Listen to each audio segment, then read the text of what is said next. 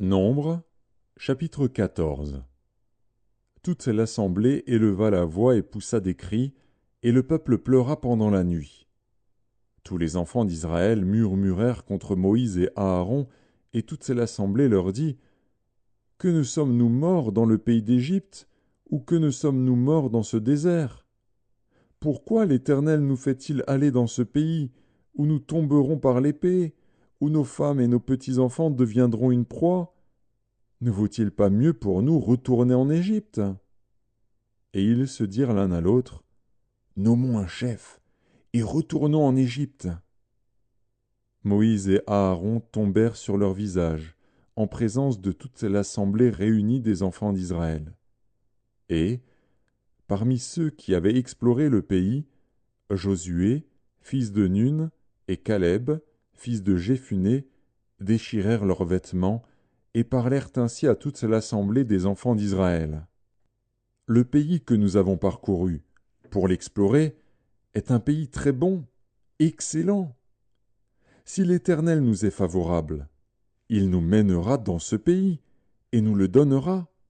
C'est un pays où coule le lait et le miel.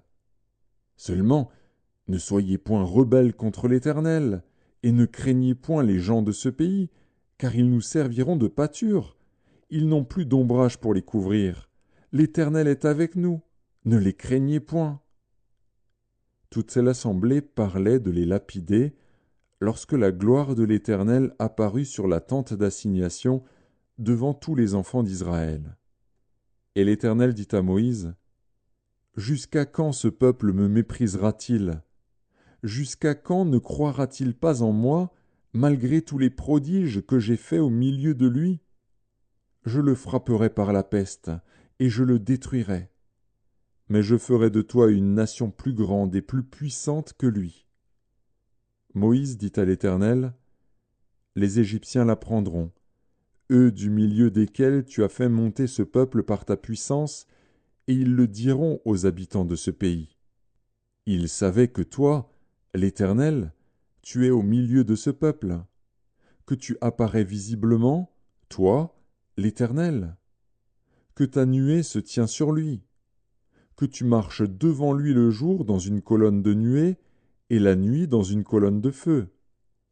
Si tu fais mourir ce peuple comme un seul homme, les nations qui ont entendu parler de toi diront : L'Éternel n'avait pas le pouvoir de mener ce peuple dans le pays qu'il avait juré de lui donner. C'est pour cela qu'il l'a égorgé dans le désert. Maintenant, que la puissance du Seigneur se montre dans sa grandeur, comme tu l'as déclaré en disant : L'Éternel est lent à la colère et riche en bonté. Il pardonne l'iniquité et la rébellion.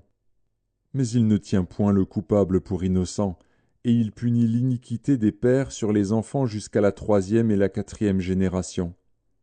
Pardonne l'iniquité de ce peuple, selon la grandeur de ta miséricorde, comme tu as pardonné à ce peuple depuis l'Égypte jusqu'ici. Et l'Éternel dit : Je pardonne, comme tu l'as demandé. Mais je suis vivant, et la gloire de l'Éternel remplira toute la terre.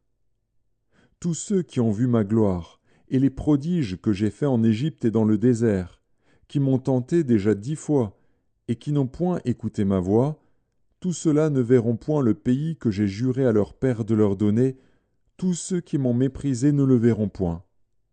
Et parce que mon serviteur Caleb a été animé d'un autre esprit, et qu'il a pleinement suivi ma voie, je le ferai entrer dans le pays où il est allé, et ses descendants le posséderont. Les Amalécites et les Cananéens habitent la vallée. Demain, tournez-vous, et partez pour le désert, dans la direction de la mer Rouge. L'Éternel parla à Moïse et à Aaron, et dit : Jusqu'à quand laisserai-je cette méchante assemblée murmurer contre moi ? J'ai entendu les murmures des enfants d'Israël qui murmuraient contre moi. Dis-leur : Je suis vivant, dit l'Éternel. Je vous ferai ainsi que vous avez parlé à mes oreilles. Vos cadavres tomberont dans ce désert. Vous tous, dont on a fait le dénombrement, en vous comptant depuis l'âge de 20 ans et au-dessus, et qui avez murmuré contre moi, vous n'entrerez point dans le pays que j'avais juré de vous faire habiter, excepté Caleb, fils de Jéphuné, et Josué, fils de Nun. Et vos petits-enfants, dont vous avez dit, ils deviendront une proie, je les y ferai entrer, et ils connaîtront le pays que vous avez dédaigné. Vos cadavres, à vous, tomberont dans le désert. Et vos enfants paîtront 40 années dans le désert, et porteront la peine de vos infidélités, jusqu'à ce que vos cadavres soient tous tombés dans le désert. De même que vous avez mis 40 jours à explorer le pays, vous porterez la peine de vos iniquités 40 années, 1 année pour chaque jour, et vous saurez ce que c'est que d'être privé de ma présence. Moi, l'Éternel, j'ai parlé, et c'est ainsi que je traiterai cette méchante assemblée qui s'est réunie contre moi.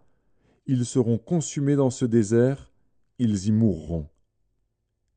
Les hommes que Moïse avait envoyés pour explorer le pays, et qui, à leur retour, avaient fait murmurer contre lui toute l'assemblée, en décriant le pays, ces hommes, qui avaient décrié le pays, moururent frappés d'une plaie devant l'Éternel. Josué, fils de Nun, et Caleb, fils de Jéphuné, restèrent seuls vivants parmi ces hommes qui étaient allés pour explorer le pays. Moïse rapporta ces choses à tous les enfants d'Israël, et le peuple fut dans une grande désolation. Ils se levèrent de bon matin, et montèrent au sommet de la montagne, en disant « Nous voici, nous monterons au lieu dont a parlé l'Éternel, car nous avons péché. » Moïse dit « Pourquoi transgressez-vous l'ordre de l'Éternel? Cela ne réussira point. Ne montez pas, car l'Éternel n'est pas au milieu de vous. Ne vous faites pas battre par vos ennemis.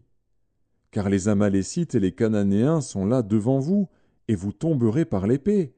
Parce que vous vous êtes détournés de l'Éternel, l'Éternel ne sera point avec vous. » Ils s'obstinèrent à monter au sommet de la montagne. Mais l'arche de l'Alliance et Moïse ne sortirent point du milieu du camp. Alors descendirent les Amalécites et les Cananéens qui habitaient cette montagne. Ils les battirent et les taillèrent en pièces jusqu'à Horma.